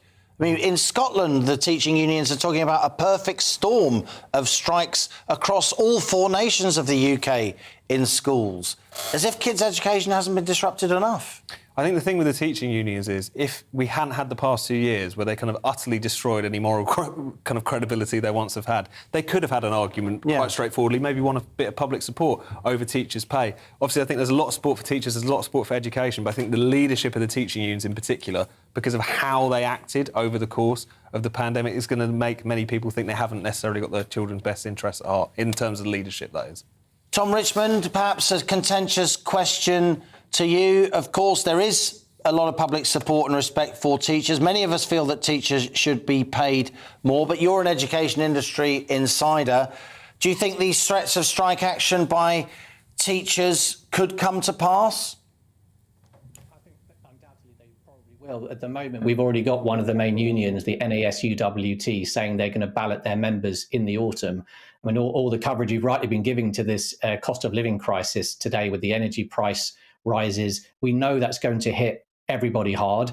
But teaching is not a very well-paid profession. The government, to their credit, are trying to increase the salaries for starting teachers to £30,000 over the next couple of years. But again, I still don't think that's going to be enough to placate, the unions and indeed new teachers in the meantime. So I think at the moment we're looking at a very, very difficult and confrontational autumn. We, of course, will have a new education secretary in a couple of weeks from now.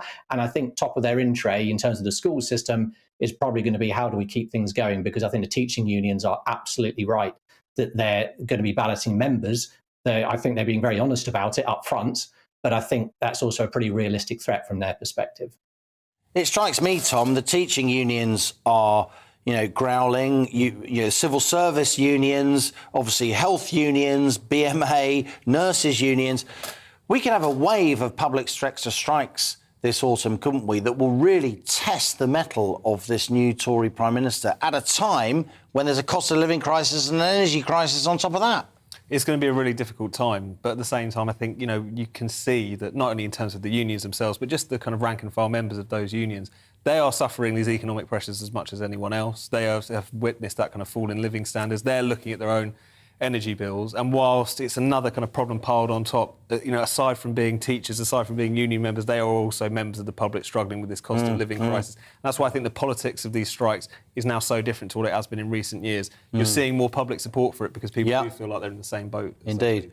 For now, Tom Slater of Spike magazine, stay with us. And thank you to Tom Richmond talking about the impact of lockdown on kids' education. Tom Richmond, former government advisor and now of EDSK Education. I enjoyed the discussion. Thank you both. Coming up, today's second Money Talks interview. You lucky people, you just had Sir John Redwood. Well, now you're going to have Reform Party leader Richard Tice. Your cups runneth over. We'll be hearing his thoughts on the energy crisis and why he thinks fracking is the only answer. All that and more after the GB News headlines once more with Rhiannon Jones.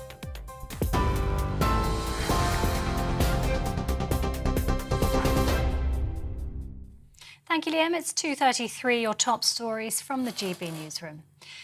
As we've been hearing, energy bills will rise by more than 80% from October, with Ofgem announcing the price cap will increase from just under £2,000 to over £3,500. Prime Minister Boris Johnson says the government has a plan to help struggling households over the coming months. The pipeline of cash stretches out throughout the autumn. So there's going to be another £650 coming for every one of the 8 million most vulnerable households in October. In November, another £300 to help every pensioner, £150 extra for everybody who is entitled to disability benefits, on top of what we're doing with universal credit and the living wage, lifting both of those up. £500,000 in support has been announced following the shooting of 9-year-old Olivia Pratt Corbell in Liverpool. A 36-year-old man has been arrested on suspicion of murder. Home Secretary Priti Patel, who visited the scene earlier, says a package of measures will help both the community and police. And more than 100,000 Royal Mail workers have walked off the job in a dispute over pay. It's the first of 4 days of industrial action, with strikes also taking place on the 31st as well as next month on the 8th and 9th. TV online and DAB Plus radio, this is GB News. Don't go anywhere, Liam will be back in just a moment.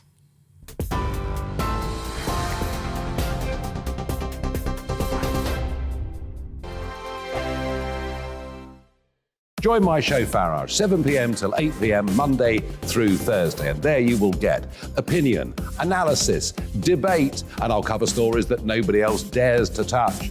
You've been cancelled. Join the club. Oh, my goodness me. And then for the last 15 minutes, talking pints. We're over a drink. We have a civilised conversation with someone. We very often disagree, but we do it in a grown-up way.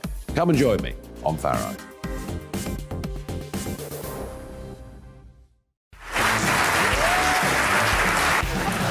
My name is Andrew Doyle. Join me every Sunday evening at 7 p.m. for Free Speech Nation. This is a show where we address current affairs and news stories of the week with the help of two wonderful comedian panellists. I brought in comics because I want to give it a lighter edge, and also they work for less. See you there.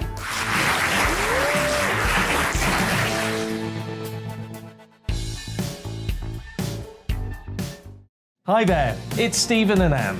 At breakfast from 6 a.m, you'll always be caught up with everything you need to know, the latest headlines, opinions and debates. We'll bring you the good news and the bad, but most of all, we're here for you. Remember, send in your views and let us know what you would like us to talk about. That's because we're your news channel.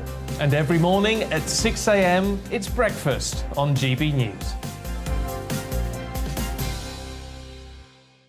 I'm Dan Wootton. Join me Monday to Thursday from 9 to 11 for the feistiest and most fun news debate on TV, where free speech reigns. I'll bring you a sharp take on the day's biggest stories, bombshell newsmaker interviews, and A-list guests.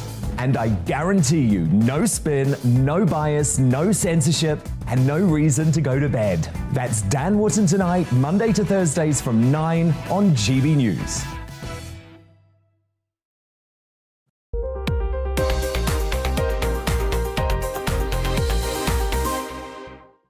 It's 2:37, I should say. You're on the money with me, Liam Halligan. Welcome back. Now, rising prices, inflation and soaring energy bills are having a huge impact on our essential hospitality industry and are forcing many businesses to shut up shop for good. Jeff Moody, he's at the White Horse in Droxford in Hampshire, a pub which has been forced to close.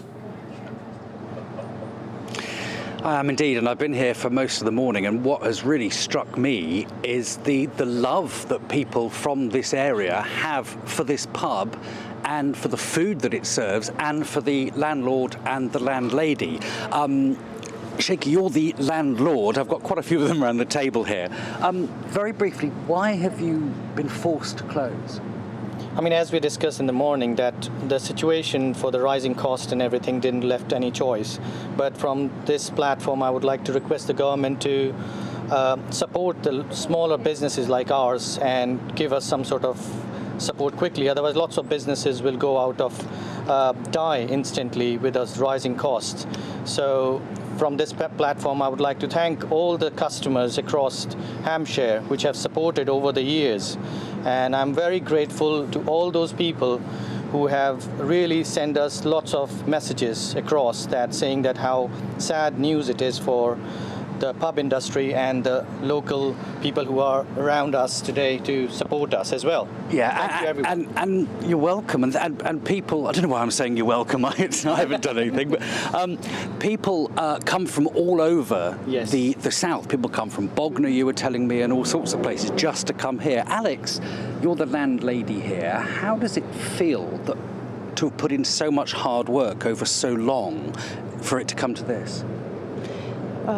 It feels extraordinary that we put so much hard work, but we are just so disappointed to see it come to this. We just got it. We can't believe that this is happening. It's like a bit of a nightmare, and it's terrifying to think that we don't know what the future might hold for us, and where we're going to go, what we're going to do.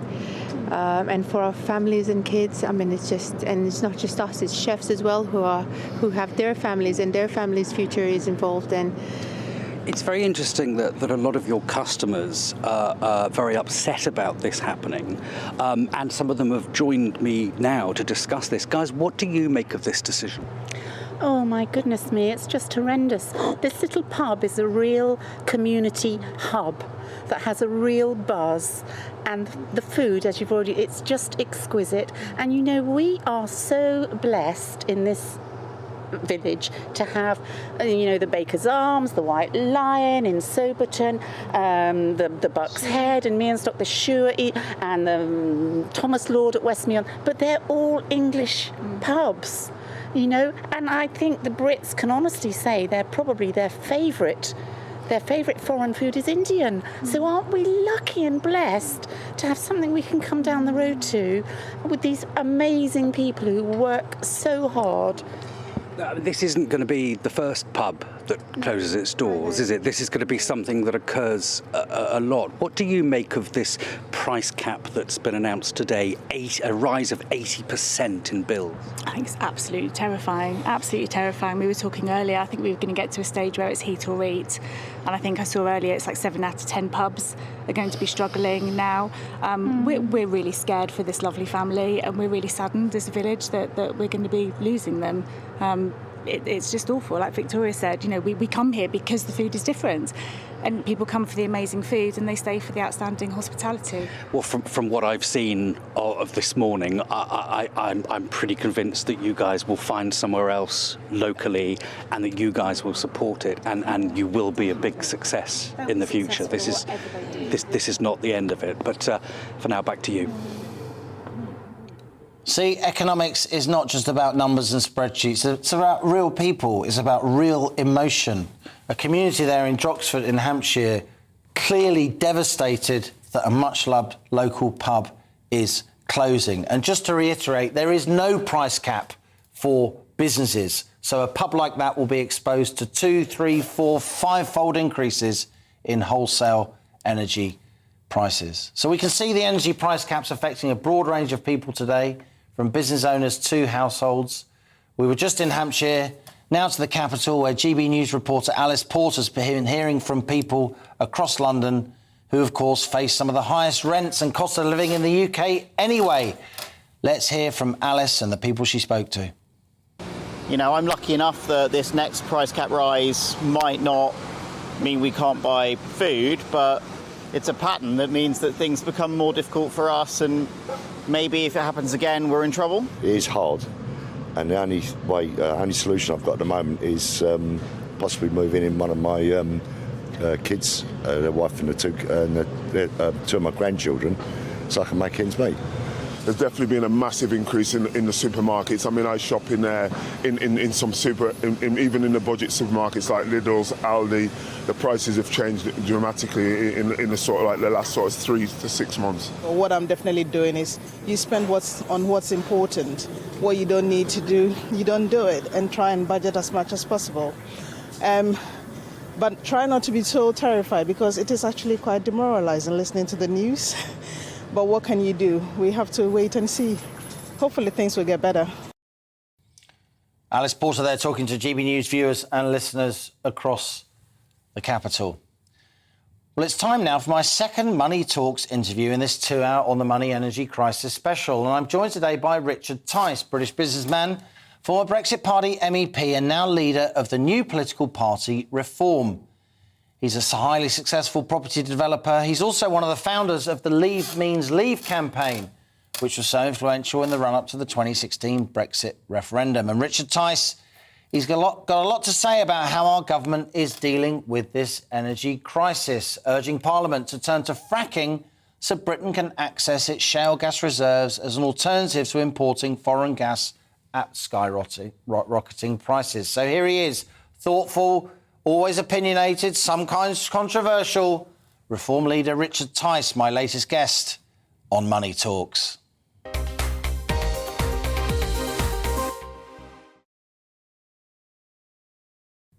Richard, good to have you back on The Money. You are most welcome.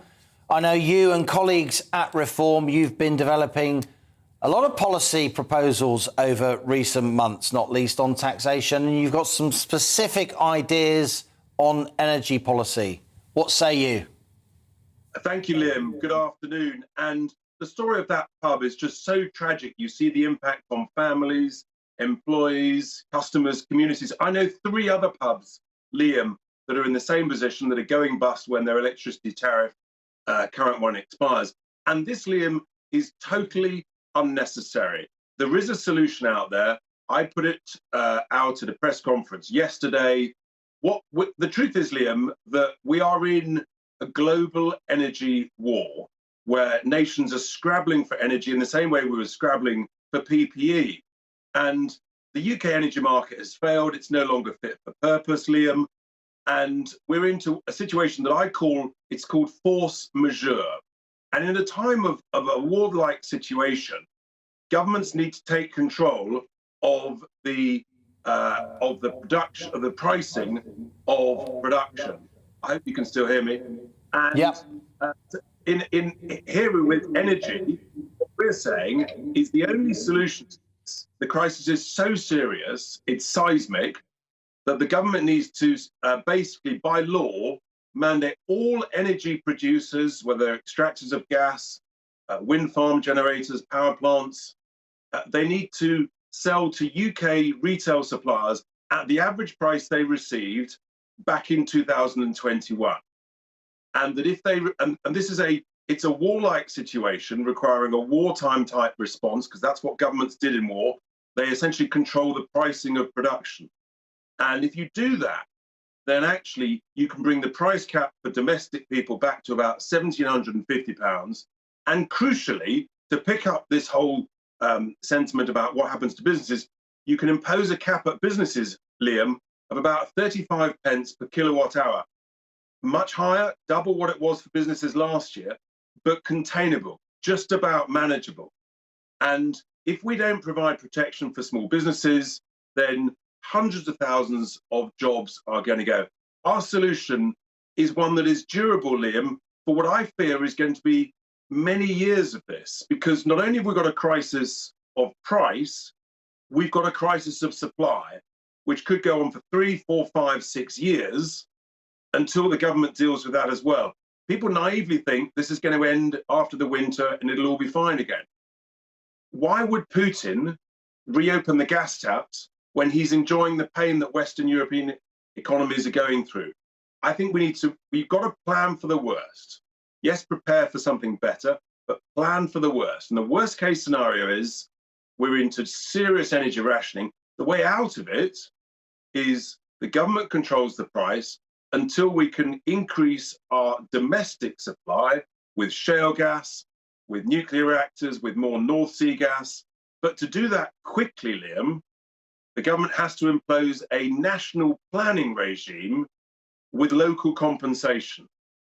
So if the planning for critical infrastructure like energy is taken at a national level, you have a automatic local compensation, then you can start to get on top of the supply crisis. That's going to take some time. In the interim, the government's got to have this control over the pricing, because it's uncomfortable for the likes of you and I who believe in markets. We believe in capitalism and entrepreneurship, but that doesn't work in a wartime situation. And in my view, really uncomfortable, but the truth is we're in a global energy war. And unless the government deals with this very, very rapidly, then tens of thousands of small businesses like the one you've just shown there, tragically are going to go bust, and we head towards a very, very bad place. It's solvable, Liam, but it's got to be done really quickly. It's really comes to something, Richard, when a free marketeer like you, a business champion like you, somebody who wants to stay out of our lives, who wants low taxation, who wants us to keep more of our money, all your instincts are along those lines. You and I have talked about economics for a long time, and you are saying force majeure. The government basically takes over the North Sea oil and gas industry to the extent that it dictates the price at which it is selling energy to British firms and households. That's a big change. It's horrific, Liam. And as I say, it's deeply uncomfortable for people like me. But I recognise where we are. I recognise the crisis that we've got. And you have to plan for the worst. I'm afraid most of the commentators and other political parties, they optimistically but naively think this is going to go away in a few months. And so they think you can just, sort of subsidise a cap and hope it goes away. It probably won't. We have to plan for the worst. We're in a warlike crisis, and that's where governments have to adopt a warlike position. And if you know you've planned for the worst, then look, hopefully I'm wrong. Hopefully it is a year or so. But fundamentally, you and I know that if you've got a shortage of supply, there's only one thing that happens to the price. It goes up and it keeps going up. This week, the price of gas is going through the roof. The price of coal is going through the roof. So we've got to dramatically increase the supply, Liam, but that's going to take some years because, unfortunately, civil servants and politicians in the last decade have been grossly negligent in not ensuring we had a sufficient domestic supply of energy. They certainly have. The Rough storage facility closed down, their undersea storage facility off the coast of Yorkshire. We're now scrambling to get that back up and running. Richard, I guess you've got a two-pronged approach at reform. You want to do that force majeure thing. I'm still sort of absorbing that idea. And you also want, of course, to unleash fracking. But with the best will in the world, fracking isn't going to help us this winter, is it? It's going to take a lot longer than that. And can you really just tell local communities that they are going to have to endure fracking, as they see it, endure fracking in their localities? Well, look, the reality is, Liam, yes, it'll take some time, which is why you've got to have the price measures in place in the interim. But it's not a question of enduring it, actually, at all, Liam. The opinion polling now shows that a growing majority of the population want a shale gas industry. Look, it's owned by us all. There's £1 trillion worth of potential of levelling up by drilling down. I knock on doors all over the north of England, and let me tell you, people want it. They want it now. They know that this is the way to cheap energy. And look, there's over 500,000 shale gas wells in America that has transformed the American gas price. It's about a third of the UK gas price. That's not a coincidence. It's very simple. If people want cheap, reliable, affordable energy, we've got to use the energy treasure that we all own. It's under our feet. We've got to leave it there, I'm afraid. We've got to leave it there. Richard Tice, you are the leader of the Reform Party. Great to have you with us here on The Money. My latest guest on Money Talks. See you back on the show another time soon. Just wanted to bring Tom Slater in. Wow. Richard Tice, free marketeer par excellence. He wants to do force majeure. He wants to take over the North Sea oil and gas industry. I mean, it shows you what a remarkable situation that we're in. I think people do need to think big, both about the short term, but especially about the long term. I think, obviously, no one in politics in Whitehall is responsible for the invasion of Ukraine. What they are responsible for is leaving us so exposed to it. And a big part of that, fracking is a symptom of this, is just buying into this fantasy that we can we can avoid cheap, reliable and secure energy, that we can just put all of our chips in the corner of renewable, unreliable and expensive energy. And that has got to change, not just about getting through this winter and the next year or two, which can be very rough, but for making sure that we have a much better future ahead of us at the end of all of this. Just in the last few minutes, let's bring in some of your views. Thanks for all your emails and tweets. A lot of you getting in touch on this energy price cap. Matthew says, I'm a full-time carer for my son and a single father. I'm paid £69.50 per week, which went up from £67.50 by £2 in February this year. I don't get anything else. Watching greedy unions whining about their pay makes me so angry. What's going to happen to people like me? Gary says the government's offering help to vulnerable households just like they did during the pandemic. But this will not help me, unfortunately. I'm a retired engineer on a small company pension. Thanks, Conservatives. Malcolm says, I wonder what would happen if no one paid their bills. Maybe that's the way to go. Certainly there are petitions doing the rounds, Malcolm, about people not paying their bills.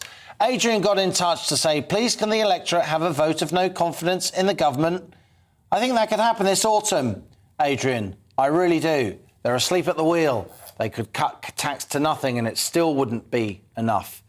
Les got in touch to say we need to temporarily suspend foreign aid completely to address our own issues. And Robert says we need far more nuclear power and another 40 plants to be energy secure. They take 12 years to build, so our governments need to pull their fingers out.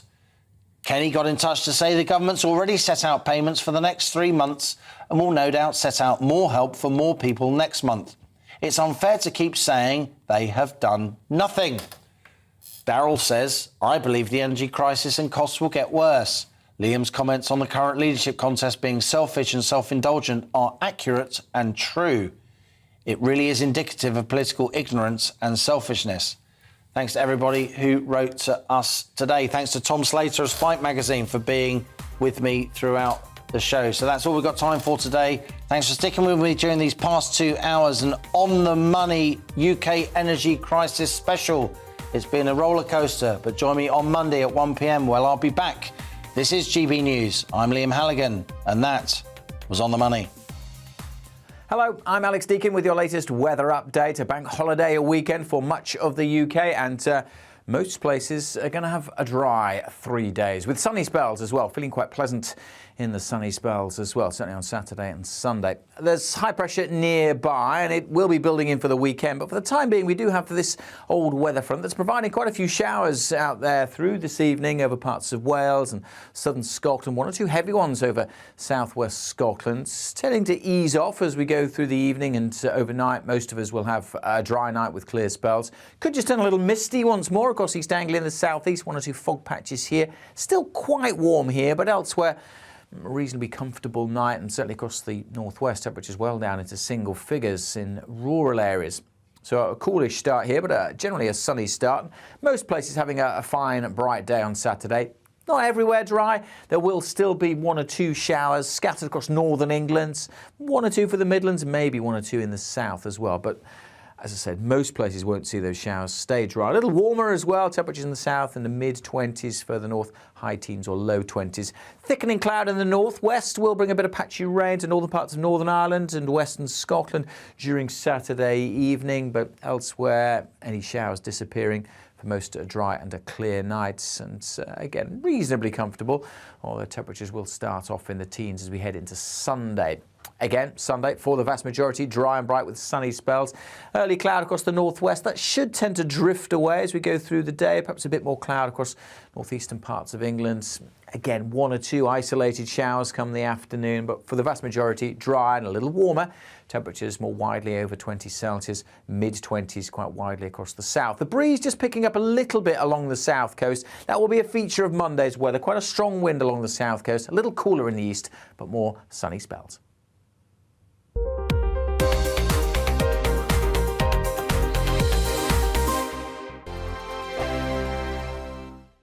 Join my show Farage, 7 p.m. till 8 p.m. Monday through Thursday, and there you will get opinion, analysis, debate, and I'll cover stories that nobody else dares to touch. You've been cancelled. Join the club. Oh my goodness me! And then for the last 15 minutes, talking pints. Over a drink, we have a civilised conversation with someone. We very often disagree, but we do it in a grown-up way. Come and join me on Farage.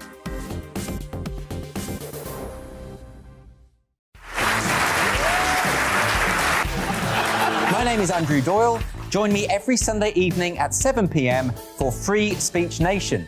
This is a show where we address current affairs and news stories of the week with the help of 2 wonderful comedian panellists. I brought in comics because I want to give it a lighter edge, and also they work for less. See you there.